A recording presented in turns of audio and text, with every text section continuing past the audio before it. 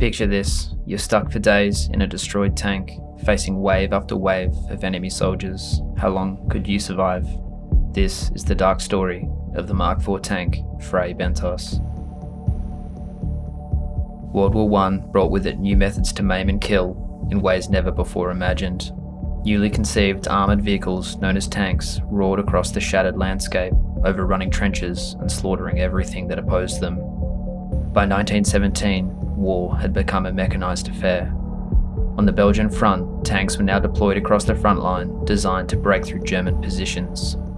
One such tank, commanded by Captain Don Richardson, was deployed to support British troops near the town of Saint-Julien. Before the war, Lieutenant Richardson was a grocer in Nottingham, and like many men, enlisted right after the war broke out in 1914.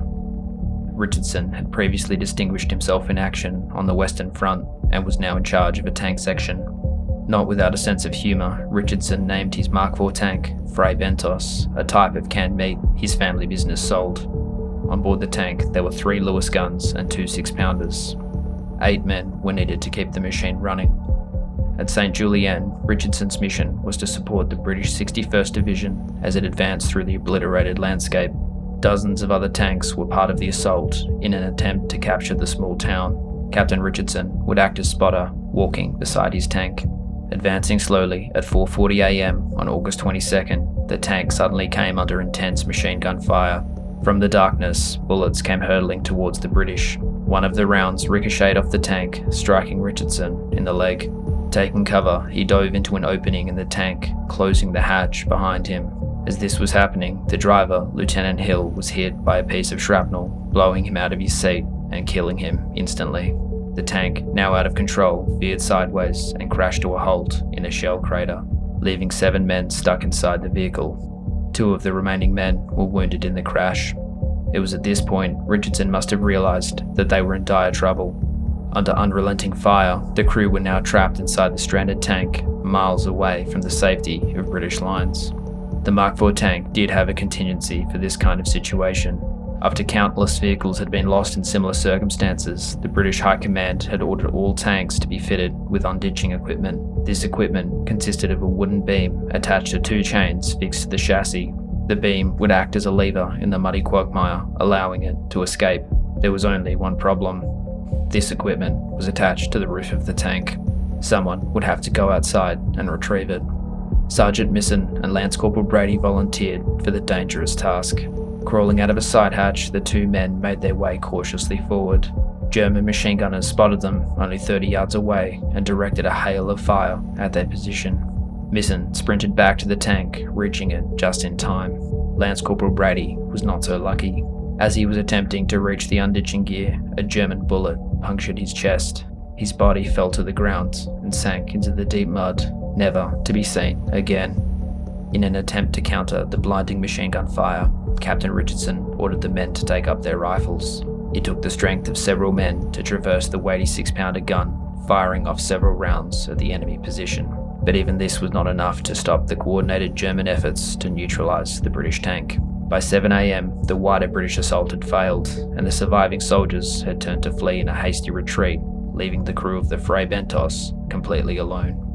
As the sun began to rise, Richardson organised the crew into firing positions and waited. German troops began to approach the stricken tank. When they were only several yards away, Richardson gave the order to fire. The crew managed to kill several of the German soldiers at point-blank range, but the Germans kept coming, and by mid-morning completely surrounded the tank. One German crawled onto the roof through an empty open hatch and dropped a grenade into the crew compartment. It was with sheer luck that one crewman caught the grenade as it fell into the tank and hurled it back out. The firefight was relentless, but even this stroke of luck couldn't save the crew.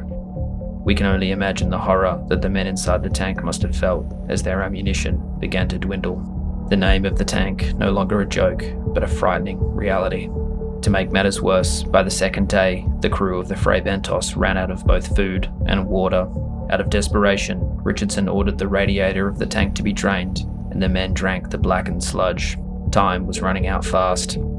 Back at the front lines, the British had regrouped and sent out scouting parties to survey the battlefield. Through the scopes of their rifles and binoculars, one of the parties spotted the tank in the distance. Believing the tank had been overrun and captured by the Germans, the snipers began shooting at the stranded vehicle. Realizing that the fire was coming from their own side, the men hatched a plan. The strongest of the wounded men, Sergeant Misson, would crawl back for hours to the British lines to alert them that the crew was still alive. The remaining men hung a white flag on the rear of their tank. There was no way of knowing if Sergeant Misson would reach the front lines, but either way, they would have to abandon the tank no matter what. By the third day, with their ammunition almost completely exhausted, Captain Richardson ordered the evacuation of the tank under the cover of darkness. On the night of August 24th, the men crawled out of the tank hatch into the mud. Dragging themselves hand and feet through the hellscape, the men carried with them the tank's Lewis guns to prevent them falling into enemy hands. The men were fatigued from over 3 days of constant fighting and were dying from thirst. Despite their wounds, the men managed to reach forward British lines and were evacuated to an aid station. They had managed to hold off hundreds of German soldiers. Captain Richardson's bravery was noted in dispatches, and he would later be awarded the Military Cross for his actions. But the war wasn't over yet for the captain. He was assigned command to a new tank, the Fray Bentos II, where he would serve out the rest of the war. The driver, Lieutenant Hill, was posthumously awarded a Military Cross, and the other 6 members received the Military Medal in recognition of their bravery. The men of the Fray Bentos are the most decorated tank crew of the First World War. Thanks so much for watching, guys. If you enjoyed this video, please leave a like and a comment, and I'll see you next time.